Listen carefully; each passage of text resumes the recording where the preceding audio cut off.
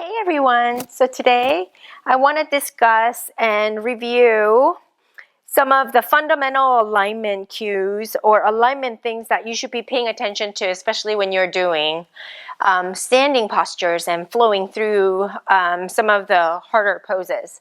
So I have a couple of poses in mind that I'm going to walk you through. We're going to start at the top of the mat. Inhale, sweep your arms up overhead, bend your knees slightly. Bring your hands to the floor, folding from your hips. Inhale, lift your spine. Gaze forward, palms flat, right foot back, left foot back. Lower your knees, lower down. Pull up, really engaging through your core. And push back. Lift your knees, tuck your toes into downward dog, right? So in this position, make sure you're pushing the mat away with all 5 fingers. Tailbone straight up toward the ceiling. And let's just alternate bending our knees side to side. And breathing. And back. I'm going to gaze forward, step my right foot forward into what we call a warrior 1 pose. Turn your turn your left heel in, like so that the back foot is about 45-degree angle, right? I'm going to sink into my right knee. This is called a warrior 1. And so I want you guys to really pay attention to the weight-bearing status of your left and the right leg. And really look at the right knee to make sure that it's right above your ankle. These are things that I want you guys to really understand so you don't hurt yourselves. Pelvis is totally forward, bringing your arms up overhead without shrugging the shoulders up, right? A nice way to do that is flatten your palms toward the ceiling as if you're pushing the ceiling away. And really bend into the right knee and make sure that the right knee is tracking over the right ankle. And pay attention to the feeling, right? So one thing I want you guys to remember is for those of you who aren't as mobile, any part of the pose is a pose. So if this hurts you, don't feel like you have to look the way I do. You might want to pull out a little bit. You might want to shorten the stance a little bit and see if that feels good. But generally speaking, focus on what I'm telling you so you can tune into your body to know exactly what needs to happen. Always remember that the spine needs to stay perpendicular to your pelvis, okay? There's no forward lean. There's no backward lean. I want even weight on the right foot and the left foot. That's the only way we don't hurt ourselves, right? And then we're going to go ahead and place our palm down. Right foot back, knees down, lower down slow, pull up very carefully. And sink back, tuck your toes, lift your tailbone, and sink your heels side to side. Take a deep breath in and exhale. Take a deep breath in and exhale. And gaze forward. Turn your right heel in, left foot forward between your hands, and come all the way up. And again, left and the right side usually feels different, so don't worry so much. But make sure that the pelvis is square forward. And again, do your best to check your left knee over your left ankle and really draw the navel to the spine. And your spine, again, is perpendicular to your pelvis. Raise your arms up, palms up without raising your shoulders. And go here. And like I said, any part of the pose is still a pose, right?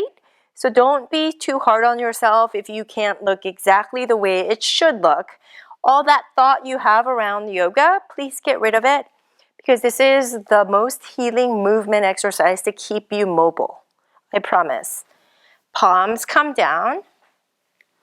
Left foot back, lower your knees.